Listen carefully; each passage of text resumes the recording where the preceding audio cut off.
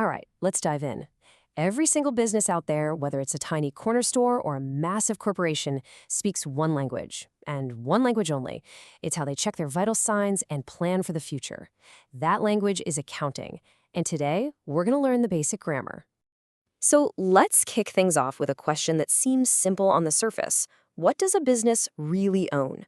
You might think, well, it's cash, it's equipment, it's products. And you're not wrong. But as you're about to find out, the real answer is way more interesting. And to make this all feel real, let's meet someone.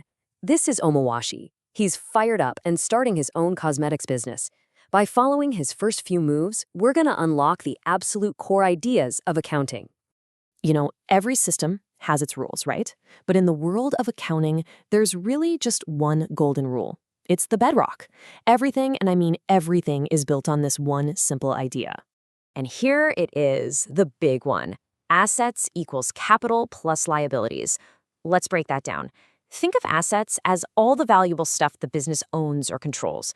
And the other side of the equation, well, that's just who has a claim on all that stuff. Capital is the owner's claim, and liabilities are what outsiders, like a bank, have a claim to. And the key, the absolute non-negotiable part, is that both sides always have to be equal. No exceptions. Okay, let's put this into practice. So, first things first. Omawaji takes 6 million naira from his own savings and puts it into a brand new bank account opened just for the business. So what did that one move just do to our golden rule? Let's look. On the left, the business now has an asset. That's the 6 million in cash. And on the right, Omawaji, the owner, has a claim to that cash. That's his capital. See? 6 million on the left, 6 million on the right. Perfectly balanced.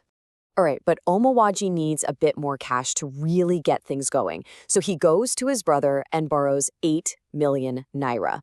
And that cash goes straight into the business account.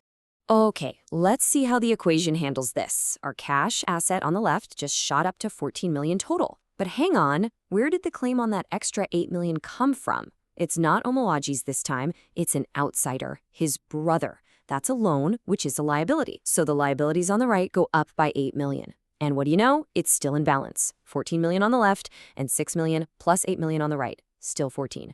See how it works? Okay, next up, Omawaji needs some wheels to deliver his products. He finds a van and buys it for 8 million naira, paying with cash straight from that business bank account.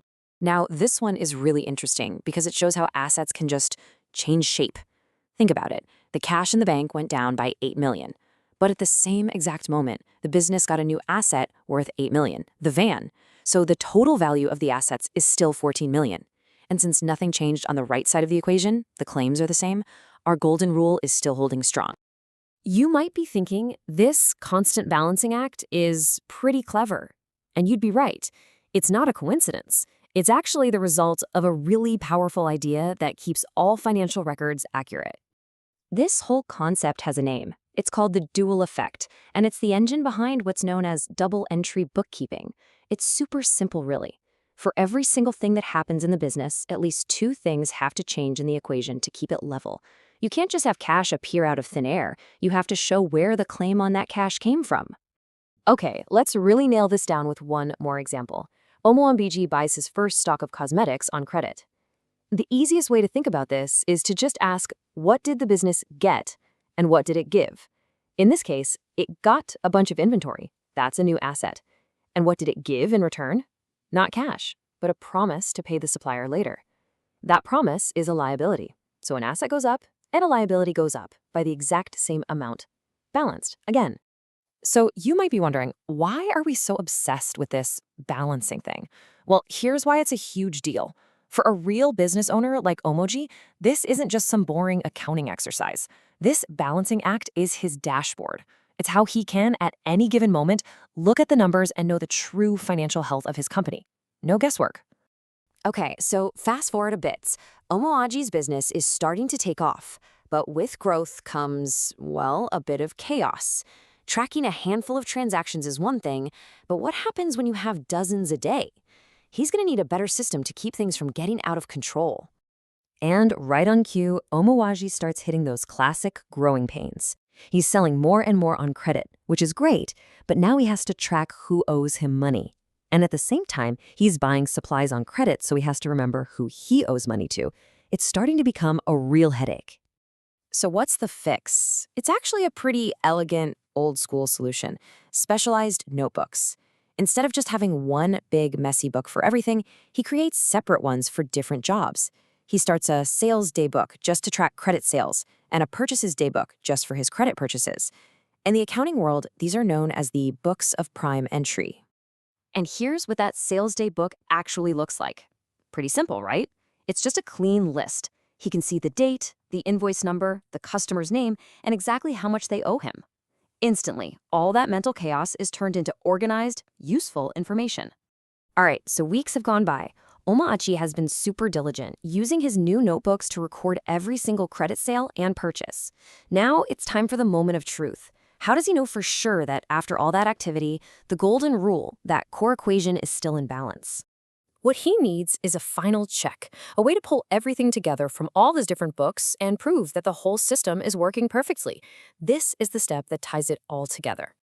And that final check is called a trial balance. Basically, it's a master list of all his accounts: cash, the van, loans, sales, everything.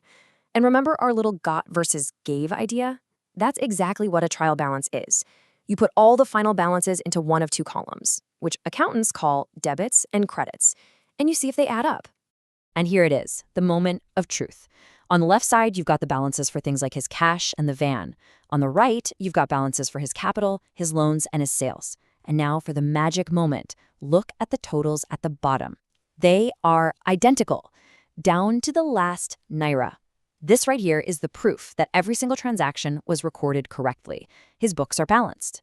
And it's this solid, reliable foundation that lets him build financial reports that he, or a bank, or an investor can actually trust. So there you have it. Omwaji's books are balanced. He has an accurate snapshot of his business. But, this is really just the end of the beginning.